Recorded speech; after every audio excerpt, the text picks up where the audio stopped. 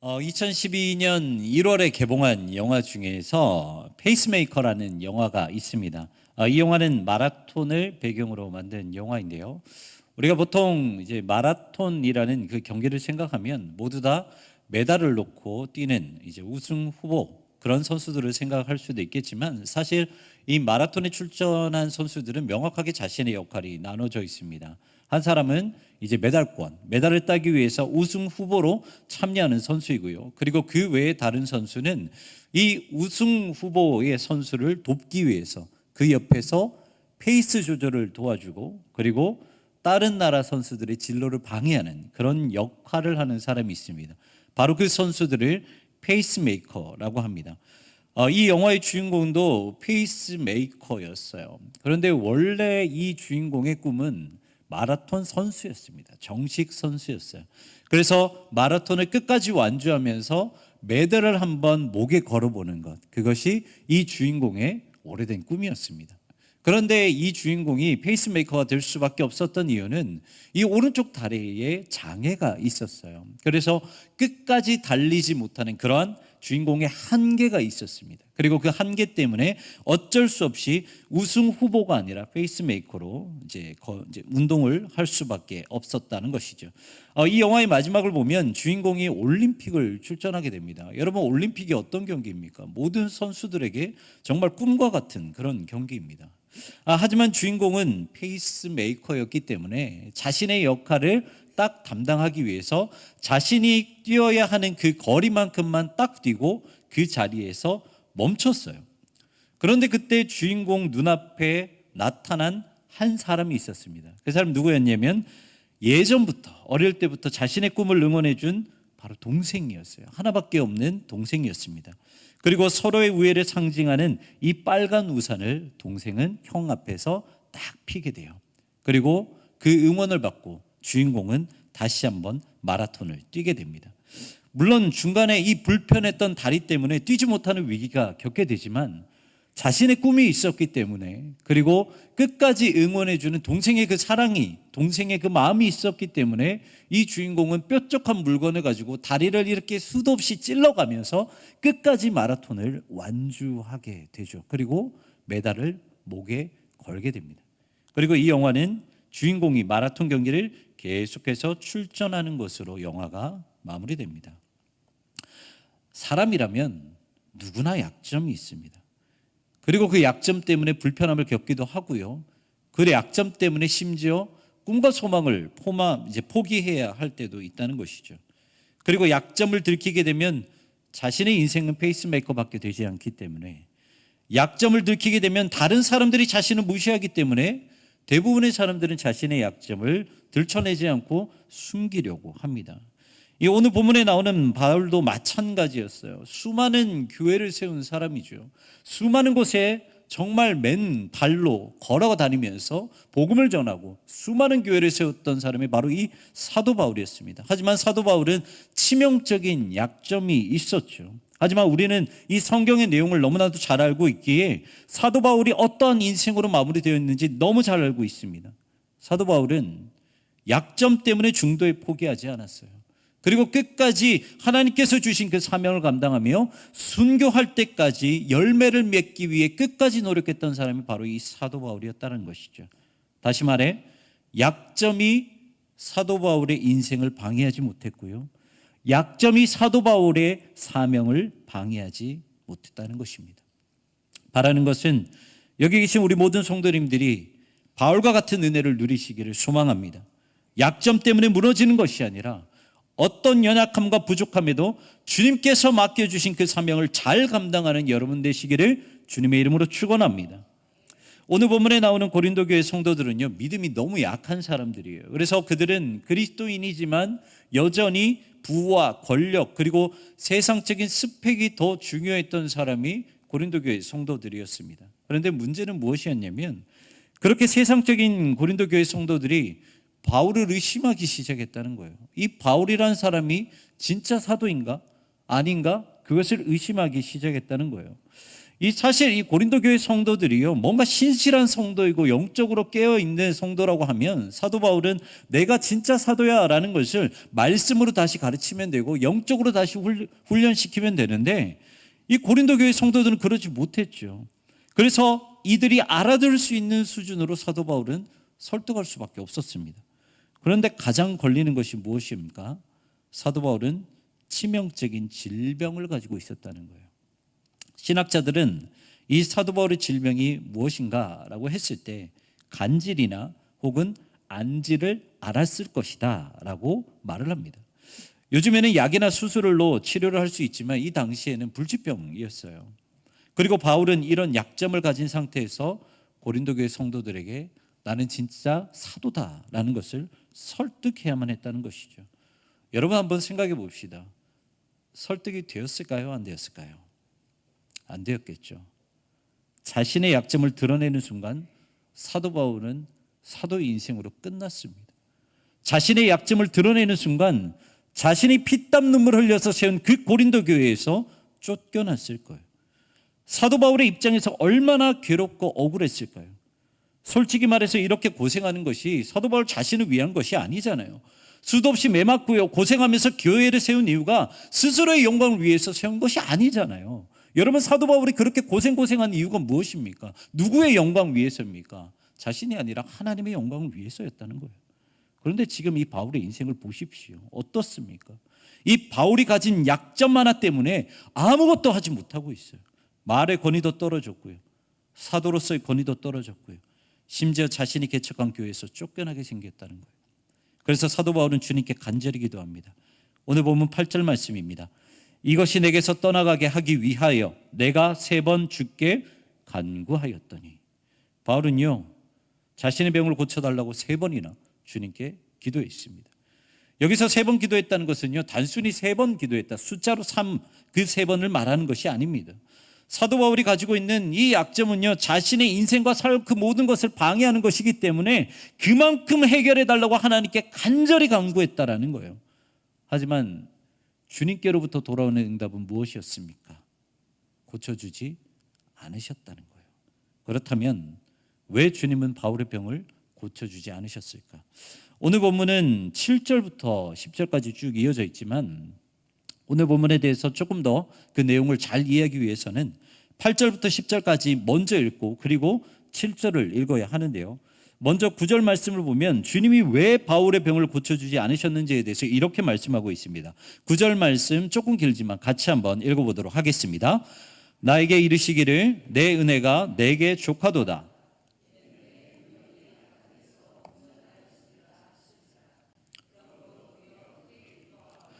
나의 여러 연약한 것들에 대하여 자랑하리니 이는 그리스도의 능력이 내게 머물게 하려 함이라. 아멘. 바울이요, 자신의 병을 고쳐달라고 할 때 주님은 바울에게 가장 먼저 무슨 말씀을 하셨냐면 내 은혜가 너에게 족하다라고 말씀하셨다는 거예요. 내 은혜가 너에게 이미 충분하다. 여러분, 병을 고쳐주지도 않았는데 이미 은혜래요. 앞으로도 사도 바울은 그 병을 평생 안고 살아야 하는데 은혜래요. 여러분, 솔직히 이것이 무슨 은혜입니까? 저는요, 이런 말씀을 읽을 때마다 마음이 너무 어렵고 답답하고 이해가 되지 않아요. 하나님은 왜 이렇게 비상식적으로 일하시는지 이해하기가 너무 어렵다는 것입니다. 그냥 우리가 구하는 대로 응답해 주시고 간절히 기도할 때 길을 열어주시면 우리가 신앙생활하는데 힘을 얻잖아요. 그리고 세상 사람들이 교회를 볼 때, 그리스도인들을 볼 때 부러워하고 더 교회의 이미지를 더 좋게 생각할 텐데 왜 하나님은 꼭 이렇게 어렵게 하실까?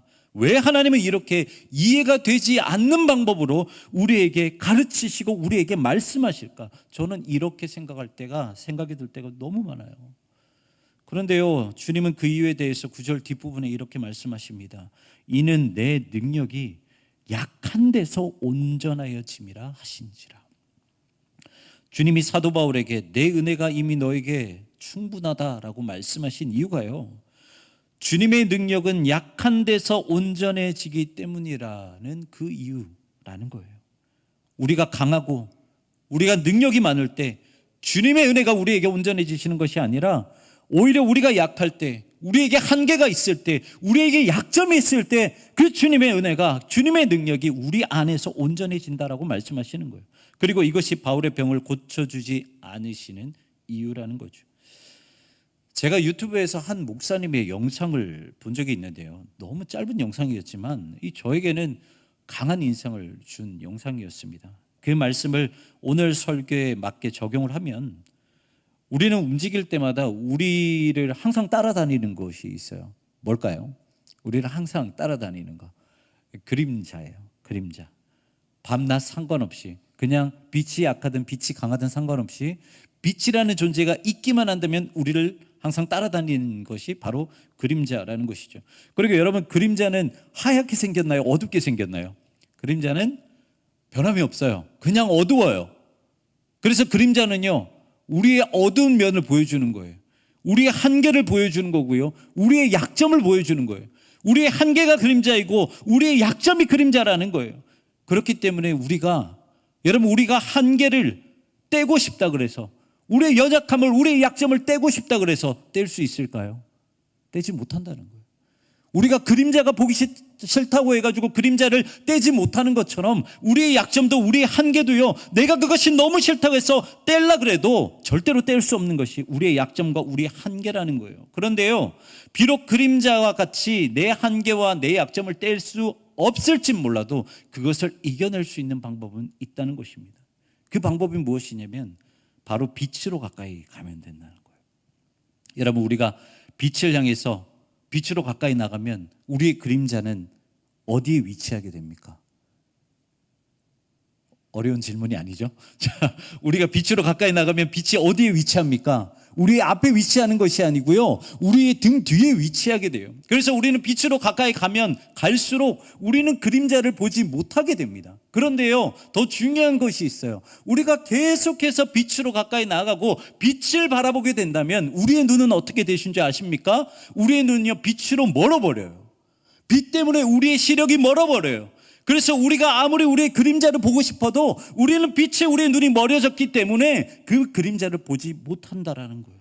여러분, 이것이 우리의 그림자를 보지 않는 유일한 방법이라는 것이 마찬가지예요. 여러분, 우리가 가지고 있는 어두운 그림자, 내가 가지고 있는 한계와 약점을 보지 않기 위해서는요, 다른 방법이 없어요. 그냥 빛 대신 주님께 계속해서 가까이 나가는 방법, 그것밖에 없다는 것이죠.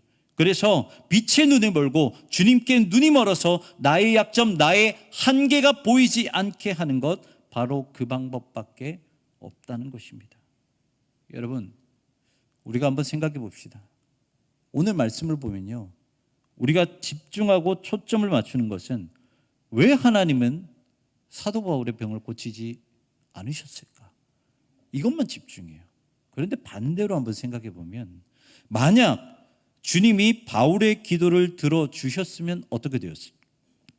내 약점이 싫어서, 내가 달고 다니는 그림자가 싫어서 없애달라고 기도했을 때 주님이 그것을 진짜 해결해 주신다면 우리는 과연 어떻게 되었을까요?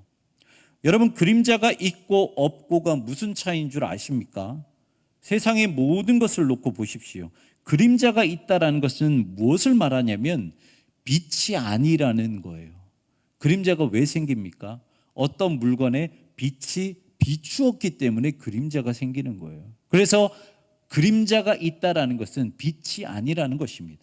그렇다면 반대로 유일하게 그림자가 생기지 않는 것은 무엇일까요? 그것은 빛 자체라는 거예요. 빛은 그림자가 없습니다. 주님이 사도 바울의 약점과 사도 바울의 한계를 없애주지 않으신 이유가 바로 이것 때문이라는 거예요. 여러분, 7절 말씀을 함께 보겠습니다. 사도 바울도요, 똑같은 고백을 하고 있죠. 이렇게 고백합니다. 여러 계시를 받은 것이 지극히 크므로 너무 자만하지 않게 하시려고 내 육체에 가시 곧 사탄의 사자를 주셨으니 이는 나를 쳐서 너무 자만하지 않게 하려 하심이라. 아멘. 뭐라고 말씀하십니까? 주님이 자신에게 질병을 주고 약점을 주신 이유가 자신을 괴롭히기 위해서가 아니라 자신이 경험한 계시가 너무 많기 때문에, 자신이 경험한 신비한 일들이 너무 많기 때문에 교만하지 않게 하기 위해, 자만하지 않기 위해 질병을 주셨다라고 말씀하고 있어요. 여러분, 대표적인 사건이 무엇이냐면 오늘 본문 바로 이전에 고린도후서 12장 2절 말씀을 보면요, 내가 그리스도 안에 있는 한 사람을 아노니 그는 14년 전에 셋째 하늘에 이끌려간 자라. 사도 바울은 오늘 본문 이전에 무엇을 말했냐면 자신이 3층 천을 다녀왔다는 경험을 말합니다. 이 당시 유대인들의 사상에 의하면요, 이 하늘이 세 개의 하늘로 나눠졌다고 생각을 하고 있어요. 첫째 하늘은 우리가 그냥 눈에 보이는 그런 하늘, 그리고 두 번째 하늘은 이제 천사와 그런 이제 악한 영들이 살고 있는 하늘, 그리고 마지막 세 번째 하늘은 가장 거룩한 영역이죠. 바로 하나님이 거하시는 곳이 바로 셋째 하늘이라는 것이죠. 그런데 사도 바울은 그 셋째 하늘, 하나님이 계시는 가장 거룩한 영역까지 다녀왔다라고 고백을 하고 있습니다. 사도 바울은 아무나 할 수 없는 놀라운 영적 체험을 했다는 거예요. 그렇다면 사도 바울은 사람들에게 이러한 복음의 이야기, 이러한 자신의 이야기를 들려줄 때마다 어떤 대접을 받았을까요? 자신이 원하지 않더라도 많은 사람들이 바울을 신처럼 대접했다는 것입니다. 왜요? 바울은 신의 영역을 다녀왔기 때문에. 그래서 사도 바울은 7절에 이렇게 고백하죠. 자만하지 않게 하기 위해. 여기서 자만하다라는 단어를 헬라어로 보면요, 사람들에게 들림을 받다라는 단어입니다.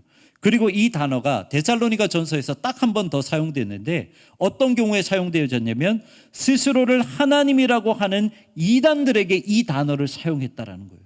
무슨 말이냐면요, 만약 하나님이 사도 바울의 기도를 들어주셨다면, 그래서 바울의 인생을 더 완벽하게 만들어 주셨다면 바울은 자신이 원하지 않는다 하더라도 하나님의 자리를 차지할 수도 있었다라는 거죠.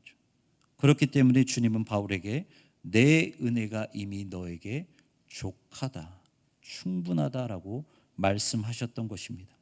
사랑하는 성도 여러분, 우리는 하나님이 우리의 약점, 우리의 한계를 그대로 두시는 것에 대해서 감사해야 합니다. 왜냐하면 우리의 약점이 있어야, 우리의 한계가 있어야, 우리의 그림자가 있어야 빛 대신 주님께로 가기 때문이에요. 그렇게 되어야 우리가 그림자에 집착하지 않고 빛의 눈이 멀고 주님께 눈이 멀어 더 이상 그림자가 아니라 빛만 바라보고 갈 수 있기 때문이라는 것입니다. 오늘 설교 제목은요, 내 안의 한계를 넘어입니다. 이 제목은 마커스 워십을 인도하는 소진영이라는 인도자가 작사 작곡한 찬양인데요, 저는 이 찬양을 들을 때마다 늘 마음에 감동이 있어요. 이 찬양의 앞부분을 보면 이렇게 고백하고 있습니다. 주께서 주신 모든 시간 헛된 것 없네, 그 어느 것도. 주의 뜻 알기 어려워도 이유 있음을 알기 원해. 우리는요, 사도 바울처럼 우리 안에 왜 이러한 연약함이 있어야 하는지, 왜 한계가 있고 왜 약점이 있어야 하는지, 그리고 왜 주님이 나에게 이러한 약점을 주시는지 도저히 이해할 수 없다라는 거예요. 하지만 찬양은 무엇이라고 고백합니까? 주님께는 그냥이 없다는 거예요. 우리에게 고통이 있고 약함이 있다 하더라도 주님은 그 모든 것들을 그냥 주지 않는다라는 것이죠. 여러분, 주님께는요 그냥이 없습니다. 주님이 창조하신 것도 그냥 하신 것이 아니고요, 우리가 살아가는 그 환경을 주신 것도 그냥 하신 것이 아니고요, 무엇보다 우리에게 이런 약점과 한계를 주신 것도 하나님은 그냥 하신 것이 아니라는 것입니다. 그렇기 때문에 우리는 비록 그 이유와 그 뜻을 알지 못한다 하더라도 끝까지 주님을 신뢰할 줄 알아야 하는 거예요. 왜냐하면 이 찬양의 후렴에 이렇게 고백합니다. 내 안에 한계를 넘어 일하시는 주, 크신 주의 은혜 내 삶을 이끄시네. 인생의 처음과 끝을 주관하시니 모든 삶 주님께 맡기네. 여러분, 우리가 주님의 뜻을 알지 못해도 주님을 의지할 수 있는 이유는요, 우리는 약하지만 우리를 위해 일하시는 주님은 우리의 한계를 뛰어넘는 분이시기 때문입니다. 그리고 우리는 약하지만 주님께서는 우리의 약함을 사용하셔서 온전한 은혜로 만드시고 우리의 약함을 사용하셔서 강함으로 변화시키시는 분이 바로 우리 하나님이시라는 거예요. 사랑하는 성도 여러분, 오늘 본문은요 우리에게 이렇게 질문하고 계십니다. 그렇다면 너희는 너희의 약점을 어떻게 할 것이냐? 여러분, 우리의 약점은 어떻게 해야 할까요? 사도 바울은요 자신의 약점을 가지고 주님께 가지고 나아갔어요. 그런데요, 사도 바울이 어떻게 가지고 나간 줄 아십니까?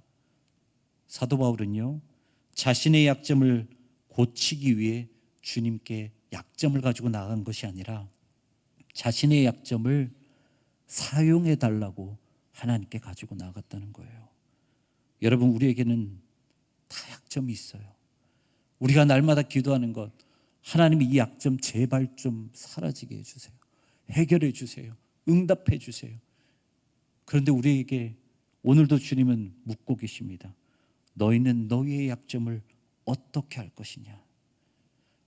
우리가 더욱더 깊은 신앙을 향해 나아가려면, 깊은 영성을 향해 나아가려면 단순히 우리가 가지고 있는 한계와 약점을 가지고 주님께 고쳐주십시오 나아가는 것이 아니라, 주님 나에게 이런 약점이 있지만 주님 이 약점을 주님 사용하여 주시옵소서, 이 마음과 결단을 가지고 주님께 나아가야 한다는 것입니다. 사랑하는 성도 여러분, 주님께는 그냥 게 없습니다. 여러분의 인생도 하나님은 그냥 설계하신 것이 아닙니다. 그러기에 어떤 모습이든 어떤 환경이든 그냥 주님께 여러분들의 인생을 맡기십시오. 그래서 주님께 눈이 멀어서 더 이상 여러분들의 약점에 휘둘리지 않고 오히려 주님의 영광을 위한 거룩한 도구로 쓰임받기를 주님의 이름으로 축원합니다.